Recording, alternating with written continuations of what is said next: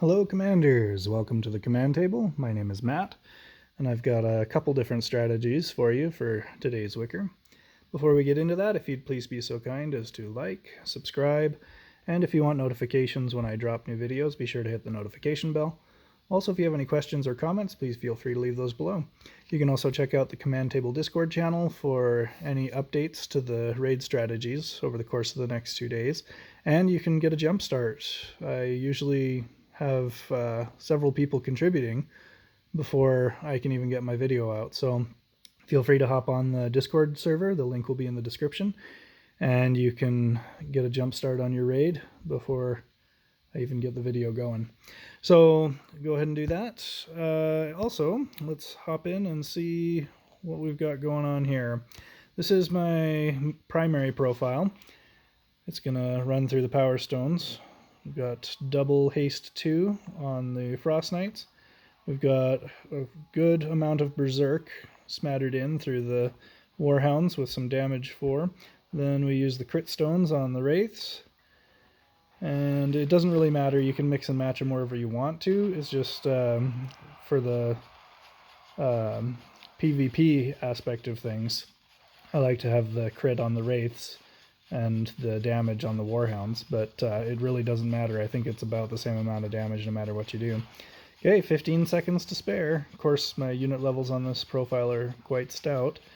We'll show you a swarm on a lower star rating profile here in just a second. Anyway, that shows you how much damage approximately we're getting, about 300 million. Okay, then this is my third profile.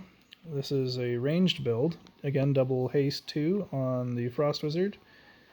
Then we have some Berserk and Blast. Blast is probably your best choice after Berserk on the Storm Guards.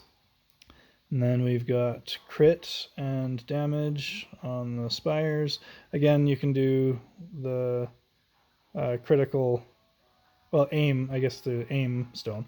But you can do the critical stone, the red stone, on any of these two. It'll work just fine. The Storm Guards do the most damage out of any of the units here, followed by the Crystal Spires, followed by Hammer Throwers, and then the Archers are the least amount of damage out of all the units here, if you don't include the Frost Wizard. But yeah, it is not hard to get this done when you're using that accuracy elixir. The Storm Guards, trick for those is you level up 3 evenly to level 50, and that way you get the 2 Power Stone slots, and they'll all get a boost. So you have the 2 Power Stone slots and much higher levels on them. And then as you get more shards, I would level up a 4th one to 50, and then level 1 at a time up to 100. And that way you always get the maximum amount out of the boost. Then each time you add 100, make sure you have at least 3 of them at level 50, and that way you get your boost on all 3 of those with the 2 Power Stone slots. Okay, so here is SR12, and again, this is utilizing the boost.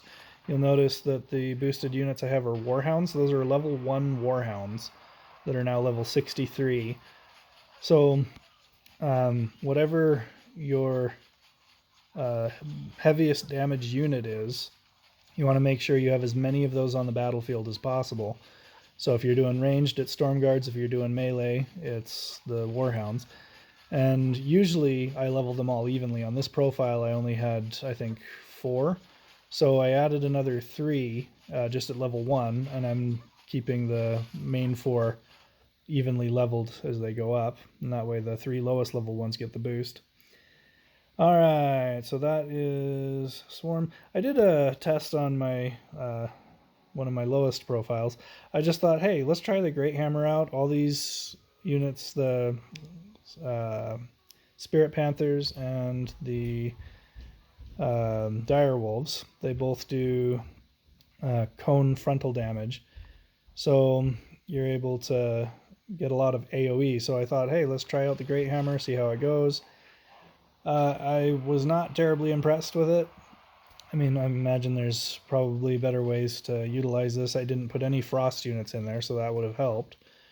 So you could drop 1 unit of each, or 2 of one or the other.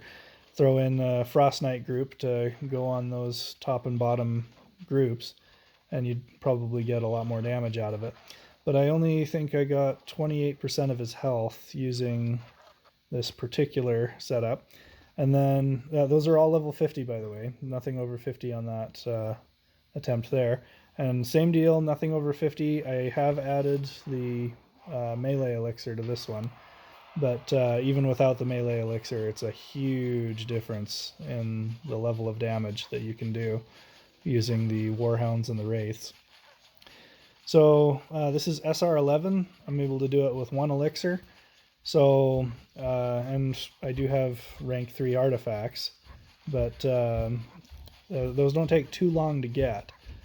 So if you're going to, if you are struggling, the couple of ways that you can go about maximizing your damage, we'll just let that run again while I'm talking. One of the ways you can maximize your damage is you can add the time elixir and switch the phylactery out for the Ring of Unity. The Ring of Unity doesn't give as much damage in the same time, but if you use the phylactery, you can't use the time elixir because all your units will die at 30 seconds. So if you're going to use that extra 10 seconds, switch to the Ring of Unity, and that extra time with the Ring of Unity does more damage than the phylactery would. So you also, if you're using the Spear of Cataclysm, which everybody should be, you will get 10 extra seconds of chances for the spear strikes to hit the enemy units.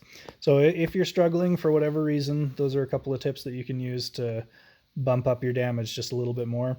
If you've got a few extra gems, it doesn't cost hardly anything to buy a couple of gem packs from the boost tab in the store.